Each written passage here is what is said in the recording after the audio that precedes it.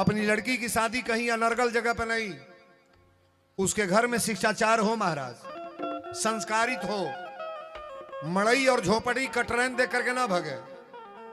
वीरेंद्र बाबा कहेल है कटरन होखे तो बियाह क दीह, मड़ई होखे तो बियाह क दीह, घर एक कोठरी बा क दीह, खेत कम बा तो क दीह, लेकिन एक जगह बियाह करे के ना कहब जेकरे घर में धक्का धक बोतल खोलाता। कोनो भरोसा नहीं बा कि का कह सकेला महाराज। शीशी बोतल के वाले के घर में कभी बेटियों की शादी अपनी जीवन में भूल कर मत करना, सबसे बुरा काम यही है। बोलो सच्चे दरबार की जय। अब देखिए शंकर जी दुल्हा बन जाता ना। जितने विद्वान हैं थोड़ा चौपाई को पढ़िएगा आप।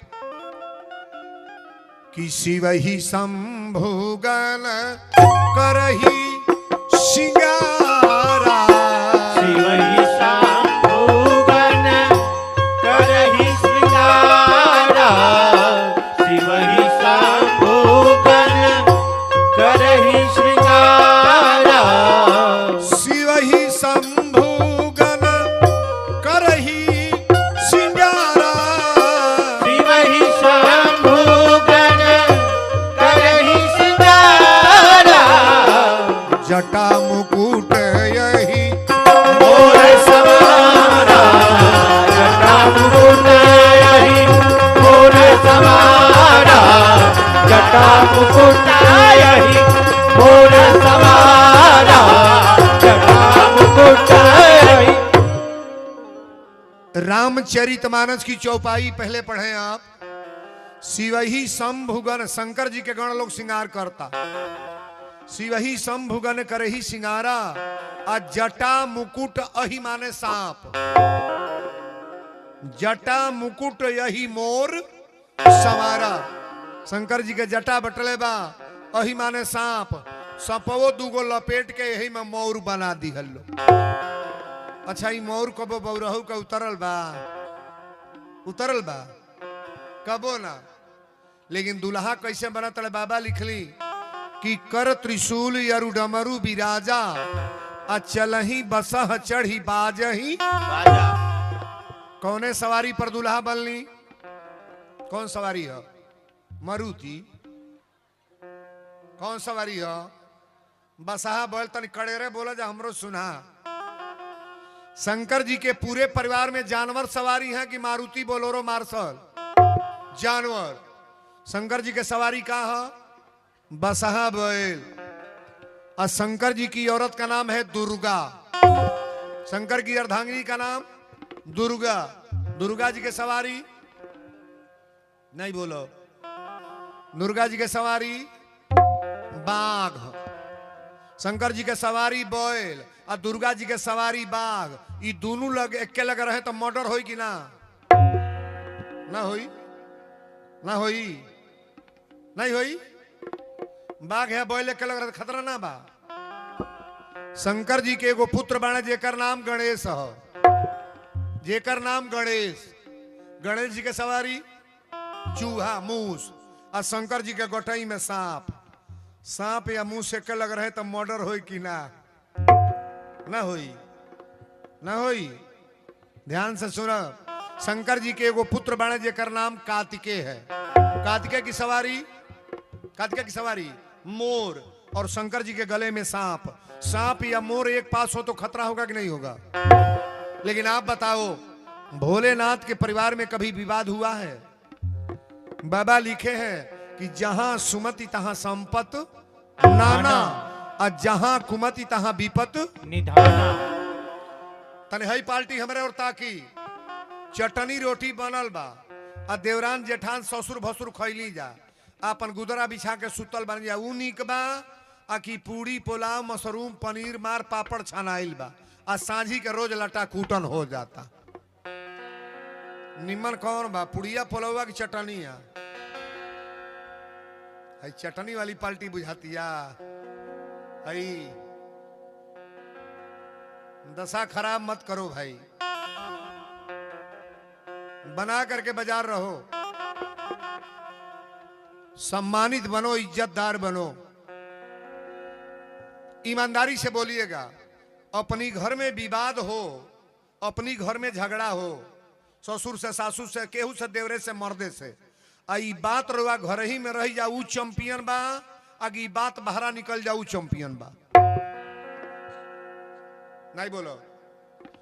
घर की बात हम निवेदन करेंगे, जितनी बेटियां बहना बैठी हैं, अपने घर में अगर हस्बैंड गाली दे दिए हैं, सास गाली दे दी है, आप कुछ कह दी हो, देवर कुछ कह दिया है, तो अपने परिवार की बात किसी बाहरी लोगों को सुनाने का प्रयास न करो। अच्छा, तो बाहर वाले सुनेंगे तो मजाक करेंगे कि नहीं, खिली उड़ाएंगे कि नहीं?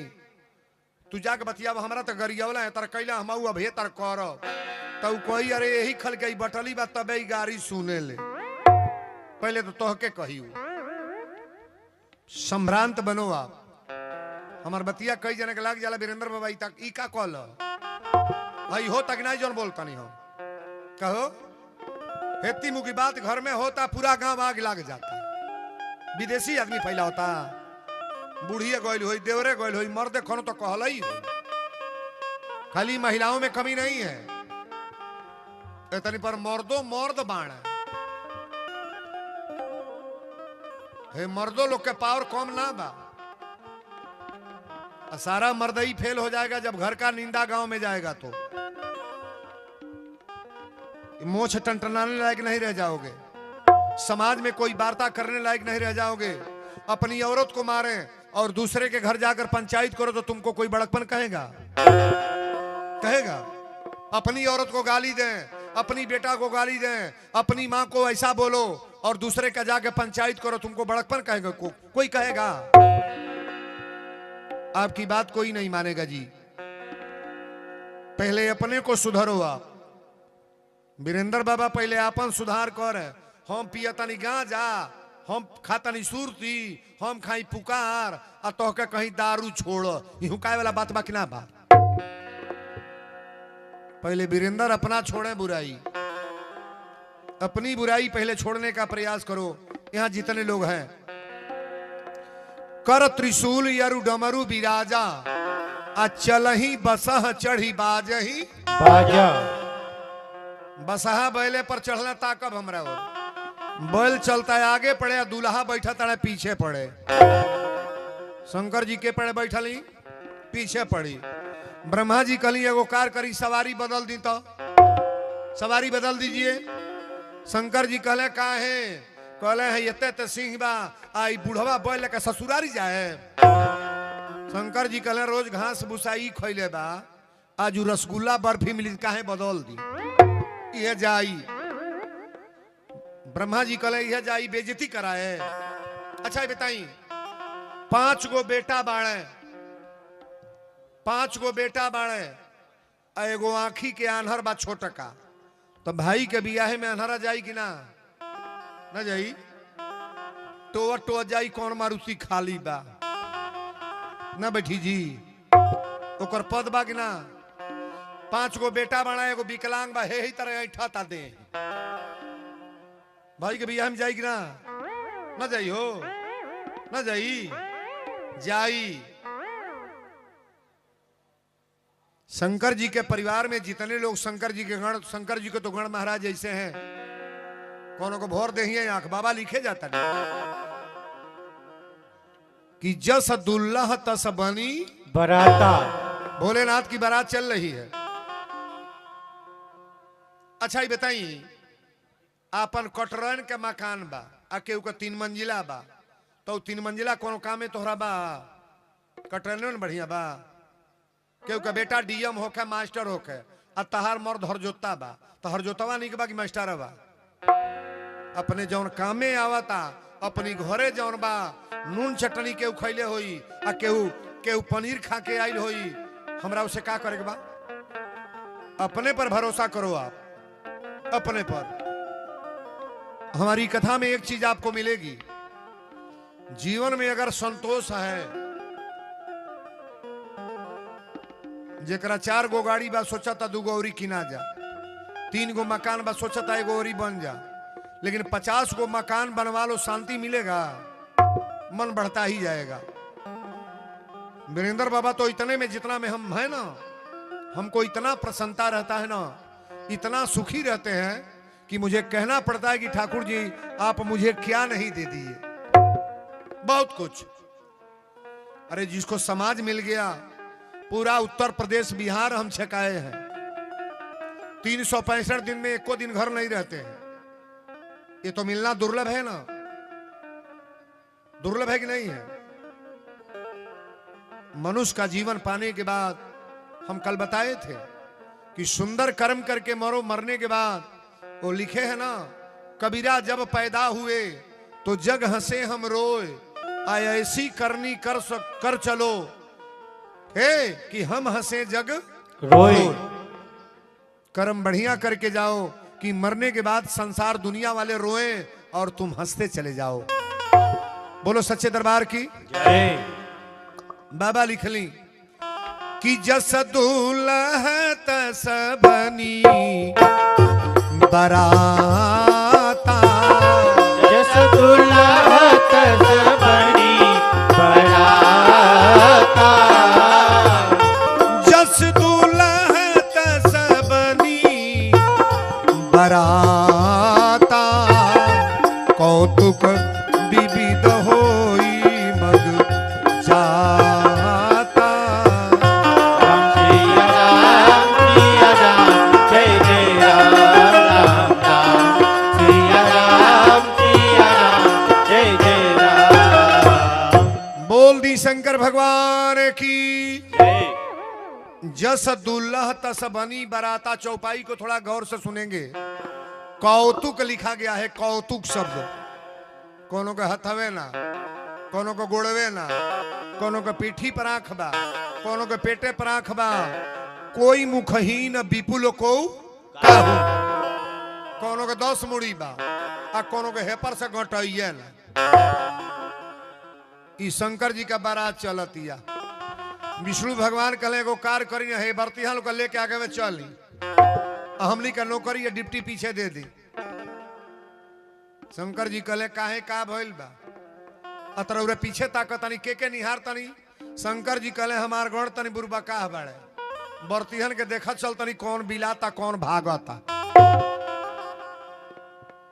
दुआरे पर बारात गइल, ताकब हमरा और गांव के गोयड़ा बारात गइल बा। बोलो शंकर भगवान की। आ जब बारात गइल बा तो सजी लइका दौड़ल बड़े सो। गांव में बारात आवेला तो पहले के जाला, गांव का लइका। आ जितना तेज दौड़ल गइले सो ओकरे 3 गुना तेज ओने से भागल बड़े सो।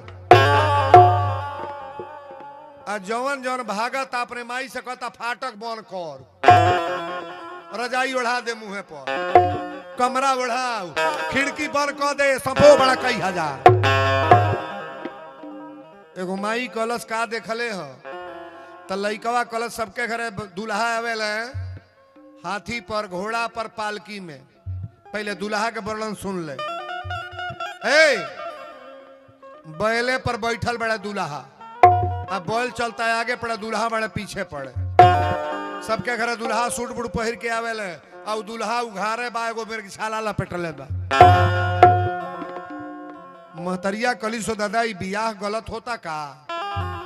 एगो लइका कलश माई रे भूतावा पेड़ है कहा तो रहलो 500 भूत हो तरह उघारे दौड़ा तड़े सो। गदहा, नेउर, सियार, बिलार, भेड़, बकरा, सांप, गोजर, बिज्जी, हांडा, बाप हो बाप हाड़ी या मौज तो बन बन कैले बड़ी सो बारात में। शंकर जी का बारात है, पंडाल में आजात के बैठी की भागी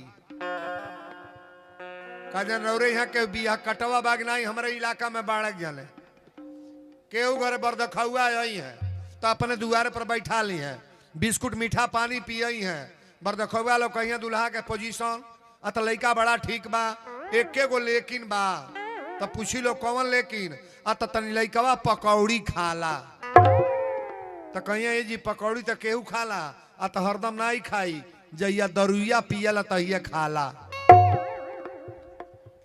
बरदखुआ लोग कहले दारू पियला, अत हरदम दारू नहीं पी, जइया जुआ में हार जाला तहिया पियला। कहलो जुओ खेलेला, अत हरदम जुआ ना खेली, ए जइया मोट रुपया लूट के लेवला तहिया खेलेला।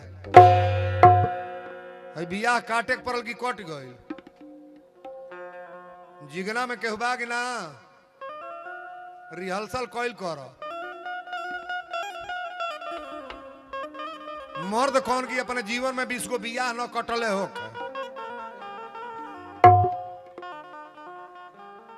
जने बाबू साहब ले गए हमके चाय पियावे तो 20 गो कमरा बनल है, लिंटर नहीं लागल है, वही पर कटर ने मड़ई धइल है। हमनी बाबू साहब और घरवा काहे न बनता? कहले ए गुरुजी हमार घर तो नहीं है बनल, गांव में केहू के बने नहीं दिहली। हम फिर बोलो तो हमार घरवा तो नहीं है बनल, गाँव में केहू के बने ना दिहली। कहली काहे? कहले गौवा भर मिल के हमार घरवा छेकौले बड़ा सो, आई गांव भर के आबादी हो, हम छेका के बनवावतानी न हमारा लिंटर होता न वहू लोग का होता। ई मर्दई है हो।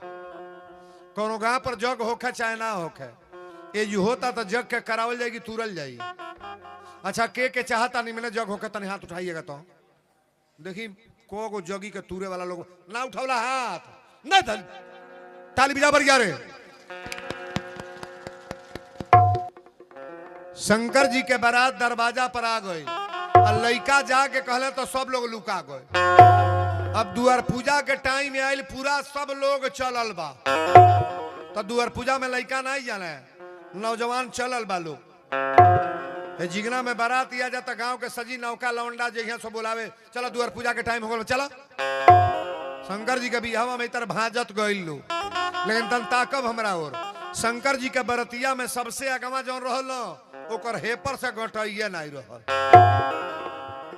हेपर से मुड़ी ना रहल। आई जवान लोग है तर छरकत जाता लोग है तर।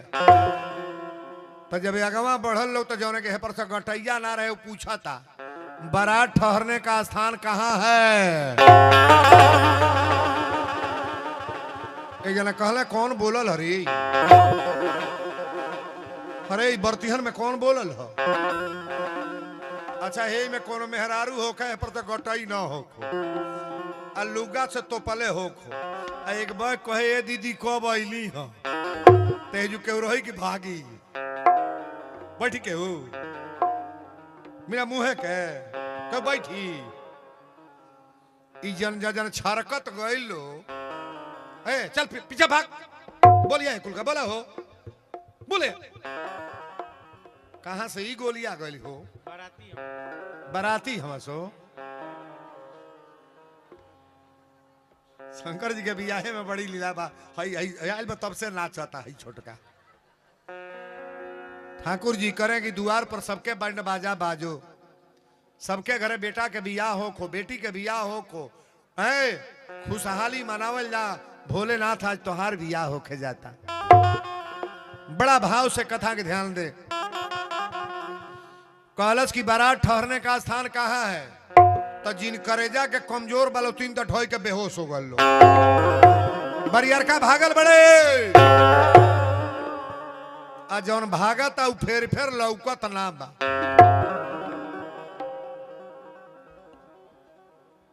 कोनो घरे भंडारा होता ना, जगी परोजन में देख ले, कटहर के सब्जी केहू चलावता आ कटहर के सब्जी ओरा जाना तो परोसे वाला फेर लौकी नाई,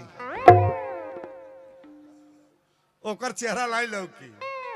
अब बर्तिया लोग मांगल करे कटहर कटहल कटहल, अब रोहित तुम ले आओ तो लुका गए। होशियार आदमी कबो खतरा से दूर रहेला। बड़ी सुंदर भाव बा। शंकर जी के बारात जब दरवाजा पर जाती है तो नारद जी मैना के बोलोले, कहले माता मैना है नहीं आई, हमार बाही पकड़ी। मैना कली बाबा बारात तो बड़ा जमगर आयल बा, तनी अभी बताई, तनी हमरा दमादे के बताई कि हमार दमाद के हो। और अगिला आवतन उहे हो। 4 गो मूड़ी रहे ब्रह्मा जी के, सबसे अगवा उहे रहली। तो नारद जी कहले उनाई हमें उस शंकर जी का नौकर हमें दुआरी पर दुआर बाहर है। मैना कली बाप रे बाप, जब इनका नौकर इतना चैंपियन बा तो दमाद तो हमार चोख होइबे करी है। दूसरे नंबर पर विष्णु भगवान रहले। मैना कली की दमाद हो हई हवे 4 हाथ वाला। नारद जी कहले वो नहीं हमें घर के बाजार उजार करेला, खेती उती करावेले। मैना कली एकर मतलब हमार दमाद चैंपियन बाण है। अब वही बुढ़वा पर बैले पर बैठ के है ही तरह शंकर जी हिला ताड़े। नारद जी कहले अब बर्तिहन से मिली रउरा भेंट करी तन चल तनी हमरो बाराती में देखी परिचय के आयल बा। नारद जी बुझ गए हूँ कोयला के नंबर बराती में कहले पहले के भागेला तनिको जे में बतियोले बता पिटैले के डर रहेला। मैना जब एली थरिया में पानी लोटा में पानी थाली में दीपक जला के सब सामान लेके कि दमादे के आरती उतार। शंकर जी बैठल बड़े पीछे पड़े बोल चलता है आगे पड़े। विष्णु भगवान कहले चेहरवा आगे पड़े करी हो आरती उतराया जाता आगे करी। शंकर जी जब हे पड़ भैले तो मैना के हथवा के पानी गिर गए। शंकर जी के गण लोग कहले और सासु पानी फेंक दिली पनिया फेंक दिली। शंकर जी कहले पानी नहीं फेंकली है हमार सास हुई सोचा तड़ी जब हमारे दामादे के जटे से गंगा जी गरगर गरगर गिर तड़ी तो एक लोटा पानी लेके लबर लबर का करी को लोग अब फरियाइए जाता। ससुरारी के कोनो दामाद बुराई बतियावे ले। अच्छा बहुत दामाद ससुरारी में पिटाइल हुई हैं लेकिन कबो सुनले बानी घरे हुआ के कहले बाहू काल बानी सुनले बानी कबो ना ससुरारी के बुराई लड़का ना बतियाई। अब देखी मैना जब शंकर जी और तकली पीछे पर बैठे तो टप दे दिए बुता गए। शंकर जी के गण लोग कहले दिया बुता गए बुता गए। शंकर जी कहले दिया नहीं बुताइल ह हमार सास हुई सोचतड़ी जब हमारे दमादे के लीलरे पर चंद्रमा चमकता तई भुकुर भुकुर दिया बार के का दिखाई को लोग अब फरियाइए जाता। लेकिन तुलसी बाबा लिखले कि मैना शुभ आरती सवारी मैना शुभ आरती सवारी मैना शुभ आरती सवारी मैना शुभ आरती सवारी मैना शुभ आरती सवारी संघ सुमंगल गावहि नारी संग सुमंगल गावहि नारी संग सुमंगल गावहि नारी संग सुमंगल। मैना शुभ आरती सवारी आ संघ सुमंगल गावहि गारी। तन ताकब हमरा और कंचन थार सोह बर पानी आ परिछन चली हरसी हर साली शंकर जी के परिचय जाताड़ी। विष्णु भगवान कहले तन चेहरा है पड़ करी है पड़ है पड़ है पड़ अब बैला के खोदले तौले बौरहू है पड़ भइले तौले 4 गो सांप है ही तर लटकल है। मैना कहली रे गटैया में सांप हो है सांप आ कनवा में बिछी आई कपार में से पानी गिरता टप दे थरियवा पटक के बेहोश हो गईली। आ 5 मिनट के बाद रोते सुसुकत उठली। एक मुहे 1000 गारी नारद के हम काहि बिगाड़ा अब भवन मोर जिन बसत उजारा। नारद तोहर का बिगड़ल नहीं कि हमार परिवार बसल तू उजार दिहल। मदारी के साथ शादी हुई डमरू बजावेला के साथ शादी हुई भिखारी के साथ उघार दमाद हमार दमाद हमार। पार्वती मैया लगवे रहली पार्वती माई अपना माई से कहली तुम सम मिट्टी की विधि कर अंका अम्मा तू व्यर्थ जनी लेहू कलंका। माई कलंक न ला नारद के गलती नहीं बा तब नारद सब ही समझावा पूर्व जन्म के कथा सुनावा। नारद जी कहले माता मैना रोरा उल्टा मत बोली प्रथम जन्म दक्ष गृह जाई आ नाम सती सुंदर तनु पाई। इनके बेटी कहतनी बेटी बेटी मैना कली नारद हमार भरम पहले हटाव ई पार्वती हई के नारद जी कहले कि याद भवानी है। शंकर जी के जितना भी या भइल भाई याद भवानी है कि केहू को बेटी आदि भवानी काले जने कहले कि वीरेंद्र बाबा दशरथ जी के बेटा राम हो हम कहीं प्रमाण यही तर तू खाली कथे बोल तड़का जहां लिखल बा कि श्रृंगी ऋषि वशिष्ठ बुलावा पुत्र काम शुभ यज्ञ करावा भक्ति सहित मुनियाहुत दीन्हे अब प्रगटे अग्नि चरुकर तब जो वशिष्ठ कछु हृदय विचारा अब पूरन गाम भय सिद्ध तुम्हारा यह हबि बांट देव निपजाई और जथा जोग जेहि भाग्य बनाई। कौशल्या प्रसादी पौली तो भगवान भैले आगे शारीरिक संबंध है प्रसाद है। अब भगवान जन्म नहीं लेते हैं माता जी का अवतार होता है। भगवान परमात्मा का जन्म भय प्रगट कृपाला दीन दयाला। आप कथा को खिलौना न समझना। ये न कहले कि वीरेंद्र बाबा दशरथ जी की यहाँ राम जी आ सकेले हमली की यहाँ मनु शत्रुपा बन के तपस्या तुम भी करो। तपस्या करने वाले के घर भगवान क्यों नहीं आएंगे? आज मेरे माता पिता का तपस्या फल में है कि नहीं है? हमरो माई जौन पैदा कैले होई अब तो इतनी पर शरीर ना बा वो लोग से जानत ना हो कि बेटा हम पैदा कर लेने की का हमार पुत्र करता।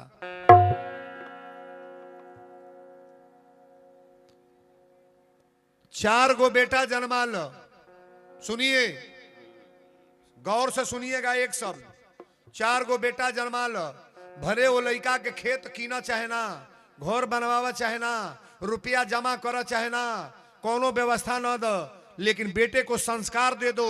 मरने की देरी है आप मर जाओगे मकान भी बन जाएगा खेतों खरीद ली गाड़ियों कीन ली केवल संस्कार देकर मरो आप।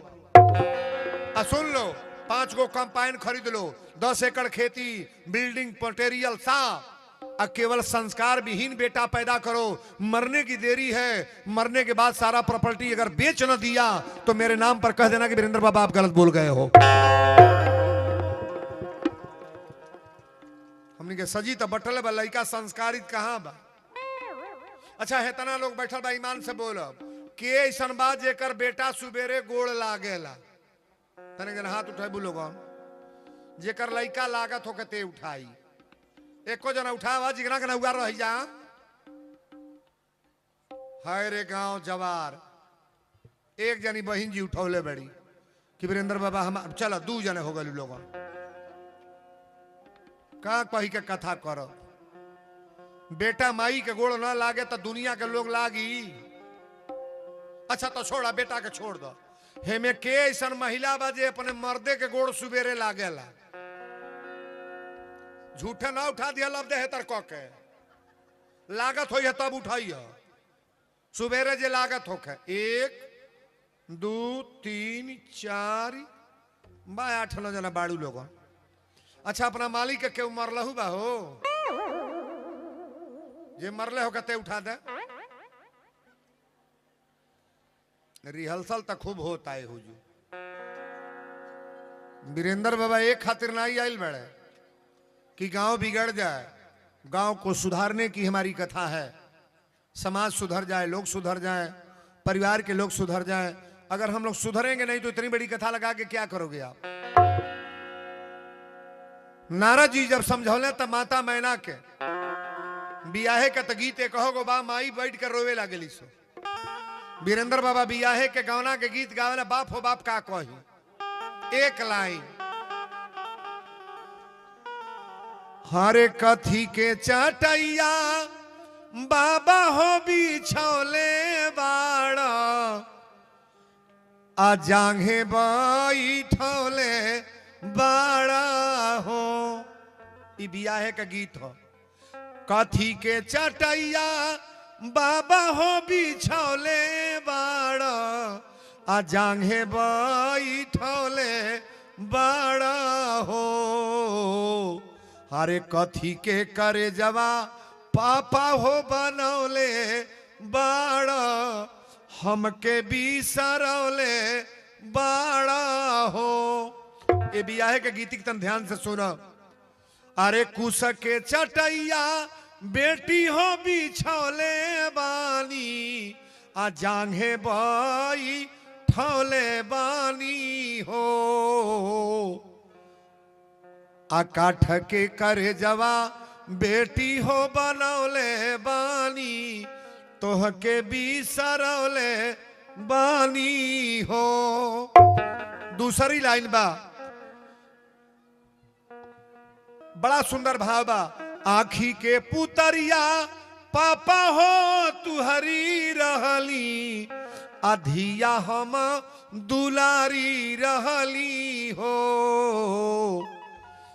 आ कैसे बिसरबा पापा हो प्यारी रहली अखिया के प्यारी रहली हो।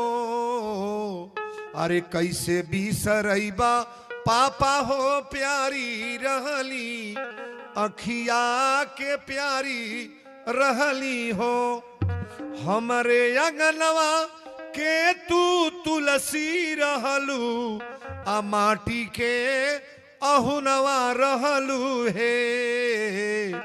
अरे परते सिंदूरवा बेटी हो मंगिया में आ घर के पहुनवा भैलू हे।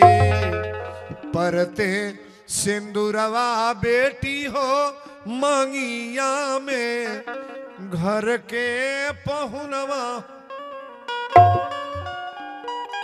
ये लड़कियों का जीवन चिरई के बसेरा है। बियाहे के गीत हमारा लग 10-15 गो बा। एगो हेहू का गाई ले अगना में रोवेली दुलारी धिया दुआरा बाजे ला बाजा अब मंगिया में सिंदूरा लगाई के बिहने ले जाई है राजा। सिंदूर ऐसा चीज है ना जिस बेटी को पोस पाल के आप तैयार करते हो उस लड़की को ऐसे परिवार में भेज दिया जाता है जहां उसका कोई ना हो महाराज। पहले दिन जो लड़की जाती है उसको कैसा लगता होगा, कैसा लगता होगा। न वो सास जान रही है, न ससुर जान रहा है, न उसकी ननद जान रही है, न देवर जान रहा है, न कोई पर्चा, न कोई किसी प्रकार का कोई बात नहीं। लेकिन वही लड़की जब रहने लगेगी 5 साल के बाद वो लड़की अपने मैके आने का नामे नहीं लेगी। प्रेम मिल जाता है ना। तन बिचवा में 1 मिनट ब्रेक ले एमे के चाहता कि बियाह हो जाता नहीं हाथ उठाए। बियाह कटवा देखी को जने आयल बड़ा हथवा उठावे के बाबू तन ताली बजाइए बरियारे तो